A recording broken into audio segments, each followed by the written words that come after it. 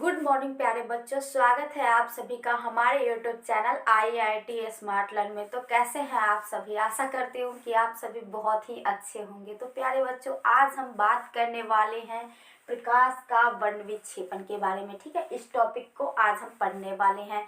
जैसा कि आप सभी जानते हैं कि इससे जो है वो 5 से 7 नंबर का क्वेश्चन पूछा जाता है। इससे 5 से 7 नंबर का क्वेश्चन पूछा जाता है। ठीक है, तो आज हम लोग इसी के बारे में पढ़ने वाले हैं कि प्रकाश का वर्ण विक्षेपण क्या है। दोस्तों, यदि आप हमारे चैनल पे नए हैं तो सबसे पहले चैनल को सब्सक्राइब कर लीजिए और बेल आइकन को ऑन कर लीजिए ताकि नए वीडियो का जो नोटिफिकेशन है वो आपके मोबाइल तक पहुंच सके। ठीक है, और वीडियो को लाइक जरूर कीजिएगा और शेयर भी कीजिएगा अपने दोस्तों के साथ। ठीक है, तो चलिए अब हम वीडियो को शुरू करते हैं। क्या है कि प्रकाश का वर्ण विक्षेपण। ठीक है, प्रकाश का वर्ण विक्षेपण क्या है? प्रकाश का वर्ण विक्षेपण क्या है?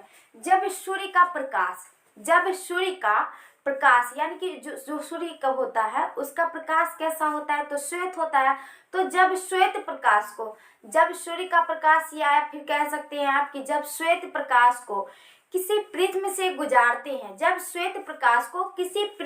गुजारते हैं तो वह क्या होता है कि वह 7 रंगों में बट जाता है। जब सूर्य का प्रकाश को, यानी कि यहाँ पे आप देख रहे हैं कि ये क्या है, आपका श्वेत प्रकाश है। ठीक है, ये श्वेत प्रकाश है। तो जब श्वेत प्रकाश को इस प्रिज्म से हम गुजारे हैं, तो इधर ये क्या हो गया, प्रिज्म के दूसरी ओर यह 7 रंगों में बट गया है। ठीक है, 7 रंगों में यह बट गया है। इसे ही क्या कहते हैं, इसी घटना को क्या कहते हैं? प्रकाश का वर्ण विक्षेपण कहते हैं। ठीक है, तो आप सभी को याद हो ही गया होगा। चलिए देख लेते हैं इसका उत्तर क्या है। प्रकाश का वर्ण विक्षेपण क्या है? तो जब सूर्य का प्रकाश, यानी कि जब श्वेत प्रकाश, ठीक है, किसी प्रिज्म से होकर गुजरता है। प्रिज्म किसका बना होता है? तो कांच का होता है। प्रिज्म कांच का होता है। किसी प्रिज्म से गुजरता है तो, या फिर कह सकते हैं कि जब श्वेत प्रकाश को किसी प्रिज्म से गुजारते हैं तो वह अपने सात अवयवी रंगों में क्या होता है, विभक्त हो जाता है, या फिर आप कह सकते हैं कि बट जाता है। ठीक है, इसी घटना को क्या कहते हैं? तो इसी घटना को प्रकाश का वर्ण विक्षेपण कहते हैं। इसी घटना को क्या कहते हैं? प्रकाश का वर्ण विक्षेपण कहते हैं। ये आपको याद रखना है। ठीक है, और इस घटना को एक लाइन यहाँ पे और आप जोड़ सकते हैं कि इन 7 रंगों को जिस पट्टी पर उतारा जाता है, यानी कि ये जो 7 रंग है इसको पट्टी पर उतारा जाता है। ठीक है, इसको आप पर्दे पर उतार सकते हैं। तो इन 7 रंगों को जिस पट्टी पर उतारा जाता है उसी को क्या बोलते हैं? स्पेक्ट्रम कहते हैं या फिर वर्णपट कहते हैं। और सब्जेक्टिव क्वेश्चन जो देता है ना, उसमें ये दे देता है कि वर्णपट किसे कहते हैं या फिर स्पेक्ट्रम किसे कहते हैं। तो ये आपको याद रखना है। ठीक है, उसके बाद इस घटना को सबसे पहले किसने देखा था? प्रकाश का वर्ण विक्षेपण की घटना को सबसे पहले किसने देखा था? तो प्रकाश का वर्ण विक्षेपण की घटना को सबसे पहले जो है सर आइजैक न्यूटन ने देखा था। ये आपको याद रखना है। ठीक है, ये ऑब्जेक्टिव क्वेश्चन में पूछ देता है कि जो प्रकाश का वर्ण विक्षेपण की घटना है उसको सबसे पहले किसने देखा था? तो सर आइजैक न्यूटन ने देखा था। ये आपको याद रखना है। ठीक है, तो सर आइजैक न्यूटन ने क्या देखा था? सर आइजैक न्यूटन ने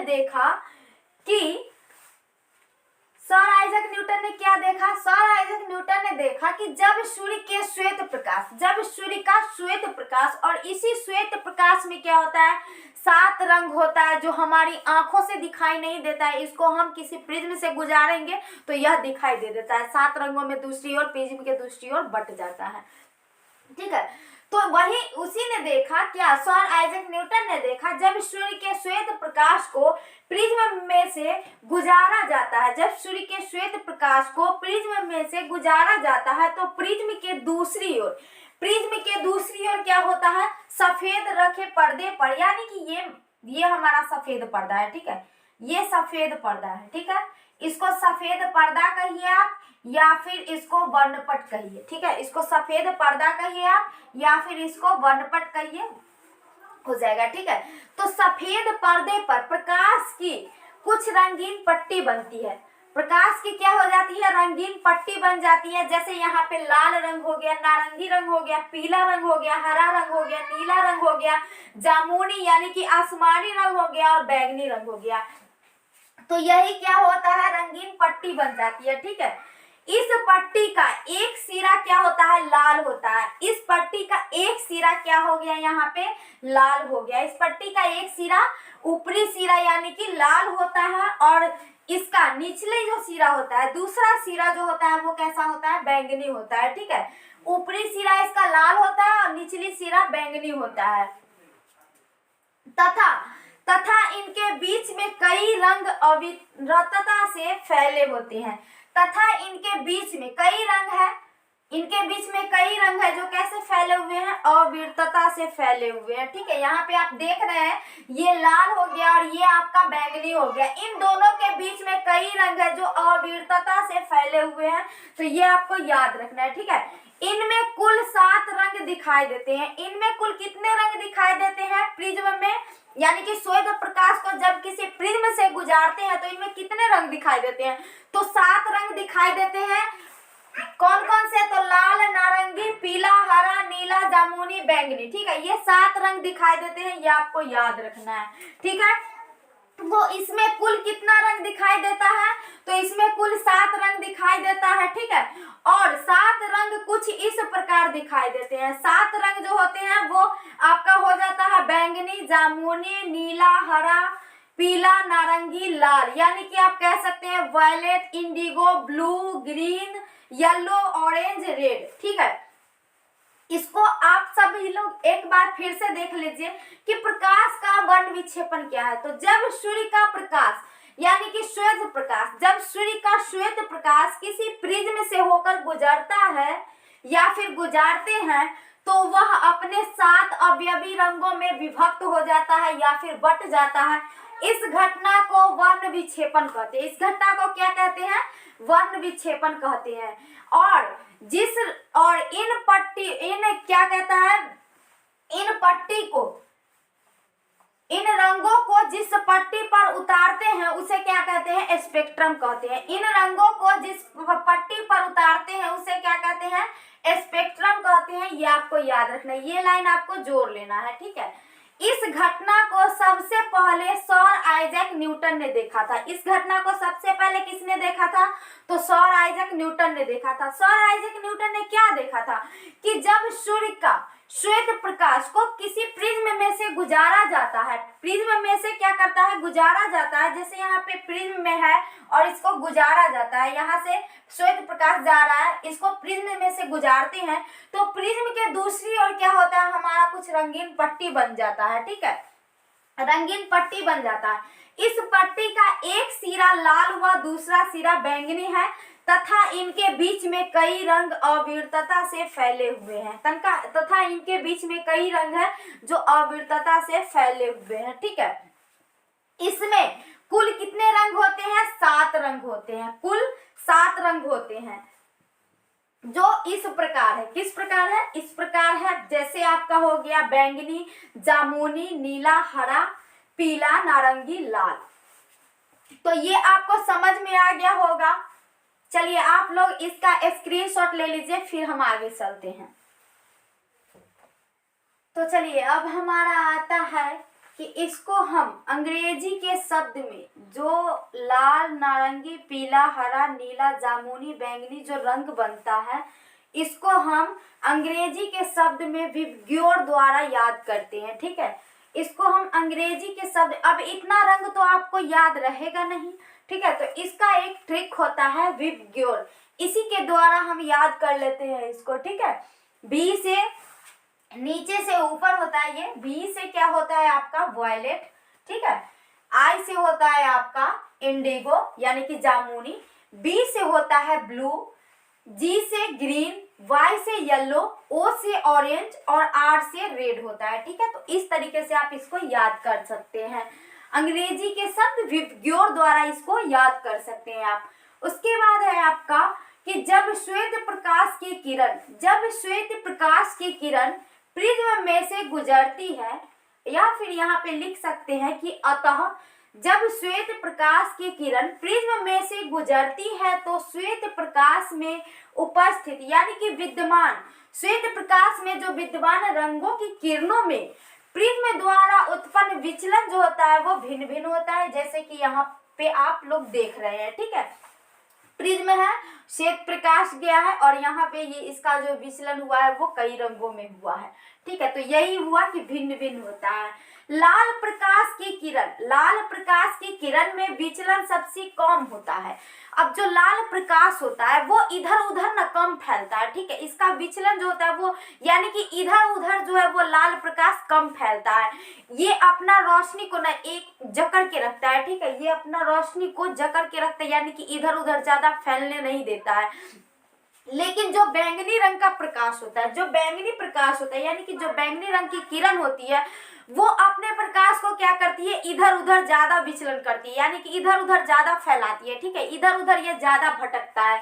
इसीलिए मतलब कि लाल रंग का प्रयोग जो है वो खतरों के निशानी में किया जाता है। ऐसा क्वेश्चन आता है कि खतरों के निशानी में किस रंग का प्रयोग किया जाता है, तो लाल रंग का प्रयोग किया जाता है। क्यों? क्योंकि इसका तरंगदैर्घ्य जो होता है वो सबसे अधिक होता है और ये कम विचलन करता है। ठीक है, इधर उधर जो है वो कम भटकता है, अपनी रोशनी को जकड़ के लगता है। और ये जो हमारा लाल रंग है ना, ये धुआं में भी दिखाई दे देगा और कोहरा में भी दिखाई दे देगा। ठीक है, कितना भी धुआं रहे कोहरा रहे इसमें भी ये दिखाई देता है, इसीलिए खतरों के निशानी में लाल रंग का प्रयोग किया जाता है। ठीक है, तो इसे आपको याद रखना है। अब है बाकी रंगों की किरणों में विचलन जो होता है, बाकी रंगों की किरणों में विचलन होता है लाल व बैंगनी किरणों के बीच में होता है। जो बाकी रंग ये 5 रंग जो बच जाते हैं इसका विचलन लाल रंग और बैंगनी रंग के बीच में होता है इसका विचलन। ठीक है, बैंगनी रंग का तरंगदैर्घ्य सबसे कम तथा लाल रंग का तरंगदैर्घ्य जो होता है वो सबसे अधिक होता है। अब देखिए हम आपको बताए हैं अभी कि बैंगनी रंग का तरंगदैर्घ्य जो है वो सबसे कम होता है और लाल रंग का तरंगदैर्घ्य जो होता है वो सबसे अधिक होता है। ठीक है, इसका एक बहुत ही अच्छा सा उदाहरण है आपका इंद्रधनुष। आप लोग इंद्रधनुष में देखते होंगे कि इंद्रधनुष में 7 रंग बन जाता है। अब कहिएगा कि मैम इंद्रधनुष में ऊपर मतलब प्रिज्म कहाँ से आता है, तो देखिए जो बारिश मतलब कि वायुमंडल में धूलकण जमे होते हैं, क्या होते हैं, वायुमंडल में धूलकण जमे होते हैं। जैसे कि ये वायुमंडल है, यहाँ पे आपका धूलकण जमा हुआ है। ठीक है, तो जब बारिश होती है बारिश की बूंदें क्या होती है, इसी धूलकण पर लटकी हुई होती है। ठीक है, इसी धूलकण पर बारिश की बूंदें जो है वो अटक जाती है और ये प्रिज्म का काम करती है।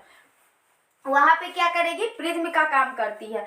और जब इसी मतलब कि इसी बूंदे से जब श्वेत प्रकाश गुजरती है तो वह क्या होती है, 7 रंगों में विभक्त हो जाती है यानी कि हमारा इंद्रधनुष बनता है। ठीक है, और आप देखिएगा कि जब इंद्रधनुष जो है वो कब बनता है, जब बारिश रहता है, जब बारिश होता है तभी इंद्रधनुष बनता है।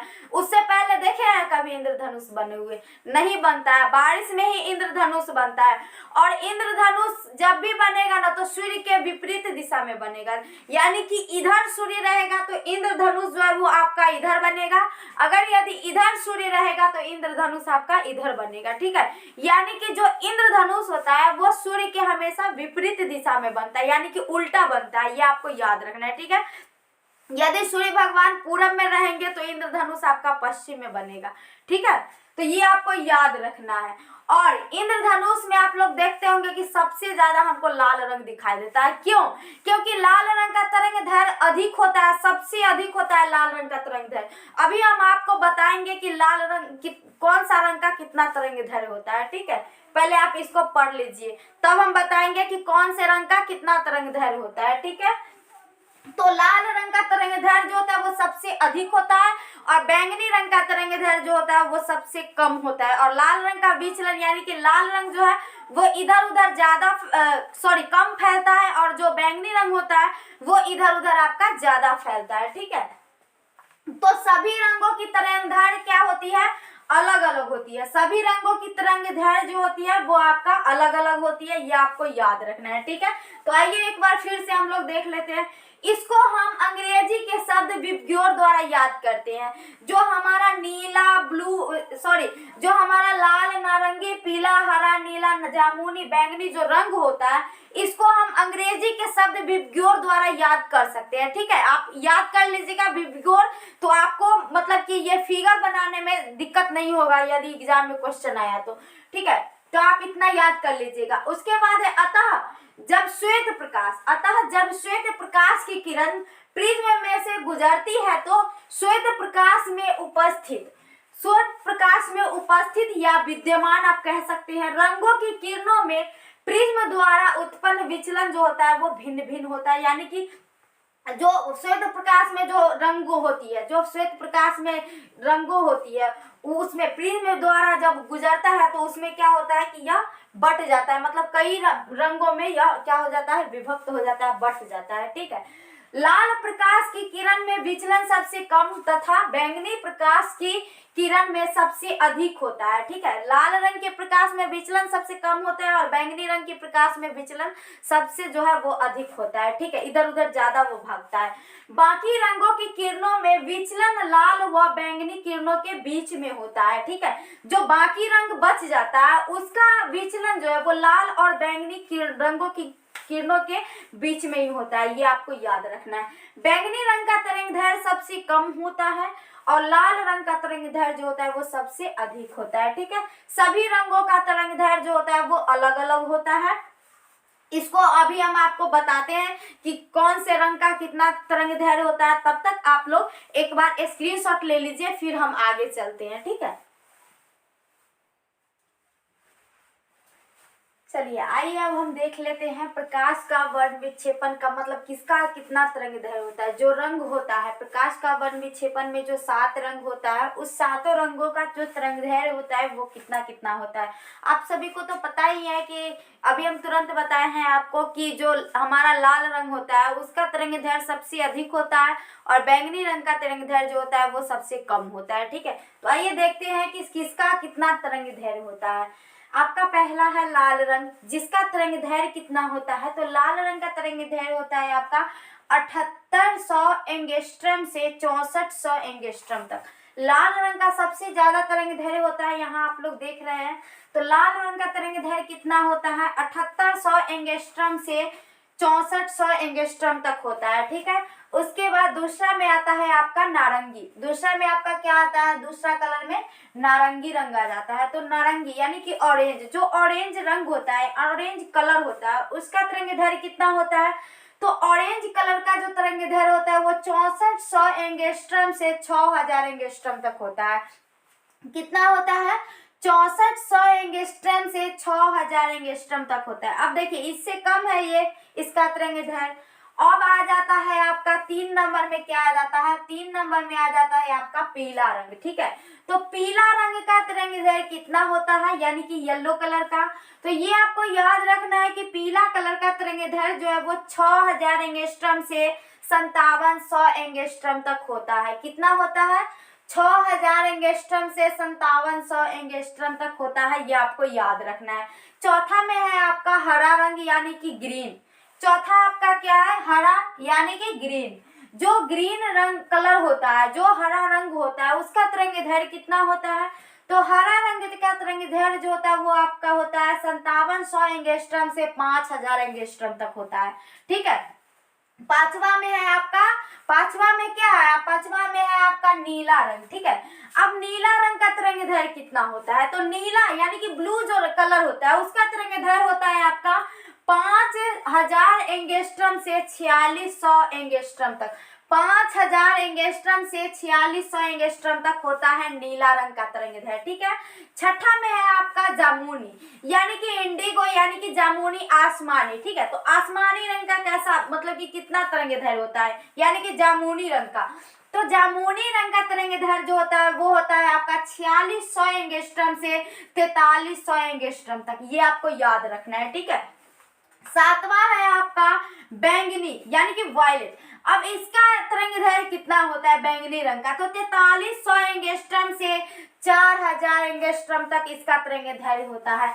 लाल रंग का कितना तरंग दैर्घ्य होता है, तो लाल रंग का तरंग दैर्घ्य यहाँ पे आप सभी देख सकते हैं कि लाल रंग का तरंग दैर्घ्य जो है वो सबसे ज्यादा होता है। क्या होता है, सबसे ज्यादा होता है लाल रंग का तरंग दैर्घ्य। और जो सबसे कम तरंग दैर्घ्य होता है वो किसका होता है, सबसे कम तरंग दैर्घ्य होता है आपका बैंगनी रंग का। किसका होता है, बैंगनी का होता है, ये आपको याद रखना है, ठीक है।